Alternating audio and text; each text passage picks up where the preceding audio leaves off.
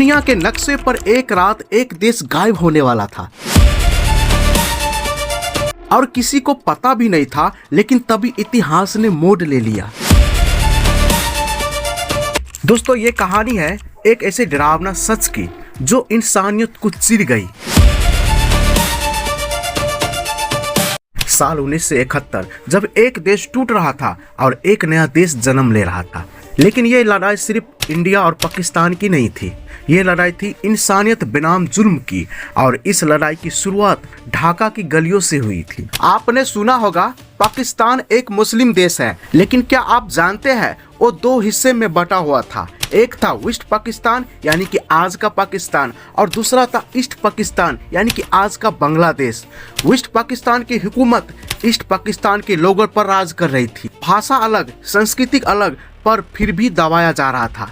जरा सोचिए, एक देश जो दो हिस्से में बटा हुआ है और बीच में 2000 किलोमीटर का फर्क। एक तरफ लोग बंगाली बोलते हैं, दूसरी तरफ उर्दू। लेकिन जब नया देश बना, वेस्ट पाकिस्तान ने कह दिया सिर्फ उर्दू चलेगी, बंगाली नहीं। अब बताओ, अगर कोई आपकी भाषा, आपकी पहचान, आपकी आवाज़ छीन ले तो कैसा लगेगा।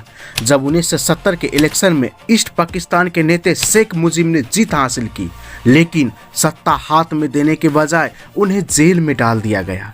सोचिए, जब वोट से भी इंसाफ ना मिले तो इंसाफ कहां से मिलेगा। बस वहीं से आवाज आई, अब बहुत हुआ, अब हम पाकिस्तान नहीं, हम बांग्लादेश हैं। फिर क्या था, लाखों लोग सड़कों पर उतर आए। जय बंगाल के नारे से ढाका गूंज उठा और उस दिन वेस्ट पाकिस्तान ने वो किया जो इतिहास के पन्ने में पाकिस्तानियों के नाम एक काला धब्बा बन गया। 25 मार्च 1971 रात के अंधेरे में पाकिस्तानी सेना ने ढाका यूनिवर्सिटी पर हमला कर दिया। गोलियों की बौछार से हजारों छात्रों को मार दिया गया। औरतों के साथ दरिंदगी और गांव के गांव खाक कर दिए गए। पूरी दुनिया देख रही थी, लेकिन किसी ने कुछ नहीं किया। बस एक देश था जो धीरे धीरे तय कर रहा था कि अब चुप नहीं बैठ सकते। वो देश था भारत। ये कहानी यहीं ख़त्म नहीं होती। आगे क्या हुआ, कैसे भारत ने दुनिया के सबसे बड़े शरणार्थी संकट को संभाला और कैसे इंदिरा गांधी ने पूरी दुनिया को चौंका दिया, जानेंगे इस वीडियो में। आगे बने रहिए। ढाका से लोग भाग रहे थे, गांव जलाए जा रहे थे, औरतों के साथ दरिंदगी, बच्चे को भून दिया गया। लाखों लोग सरहद पार करके भारत पहुंचने लगे। वेस्ट बंगाल, असम, त्रिपुरा करोड़ों लोग आने लगे। एक दिन में लाख से ज़्यादा लोग आने लगे।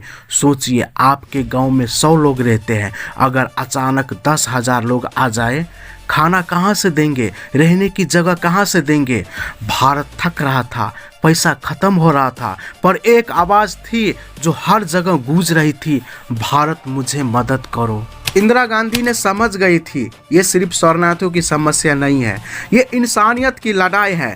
उन्होंने पूरी दुनिया से मदद मांगी, यूएन गई, अमेरिका गई, ब्रिटेन गई, लेकिन सब ने बोले ये तुम्हारा मामला है, हमें मत घसीटो। इंदिरा गांधी ने सोचा, अगर दुनिया साथ नहीं तो क्या हम अकेले लड़ सकते हैं। और तभी एक सीक्रेट मीटिंग में फैसला हुआ, भारत बांग्लादेशी मुक्ति सेना को ट्रेनिंग देगा। वहीं से जंग की तैयारी शुरू हो गई।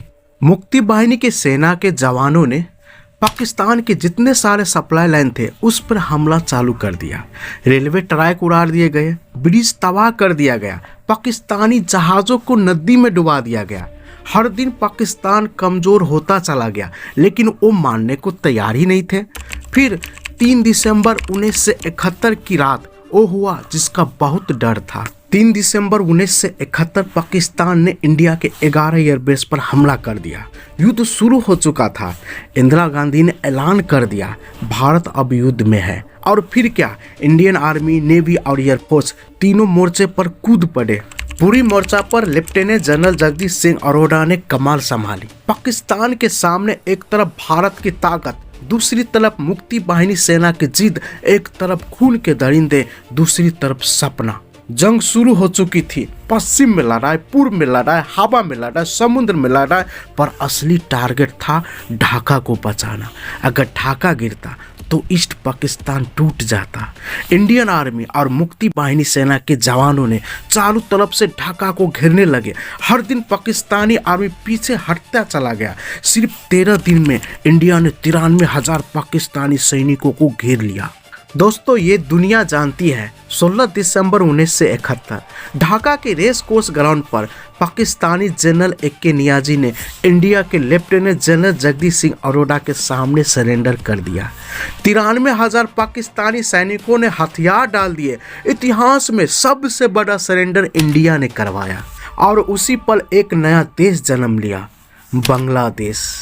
एक सपना जो लाखों लाश के बाद पूरा हुआ, एक आज़ादी जो खून की नदी पार करके आई। इसके बाद जंग खत्म हुआ, बांग्लादेश बना, लेकिन सवाल छूट गया। क्या उन लाखों महिलाओं को न्याय मिला? क्या उन बच्चों को अपना बचपन वापस मिला? क्या इंसानियत जीत गई या सिर्फ राजनीति? आज 50 साल बाद भी वो जख्म हरे हैं और ये कहानी सिर्फ किताबों में नहीं, हमारी यादों में जिंदा है। और ये बांग्लादेशी हिंदुओं को मार रहा है, हमें तोड़ने की कोशिश कर रहा है, हमारे चिकन नेक को तोड़ने की कोशिश कर रहा है। हमारे जवानों ने साहस दी है इस बांग्लादेश को बनाने के लिए, बहुत जाने गई है। हमें शर्म आता है ऐसे जाहिलों और मक्कारों को आज़ादी दिलाई। तो दोस्तों, अगर आपको ये कहानी दिल से छू गई हो तो इस वीडियो को शेयर कीजिए, क्योंकि कुछ कहानियाँ सिर्फ सुनने के लिए नहीं होती, महसूस करने के लिए होती है। वीडियो देखने के लिए धन्यवाद।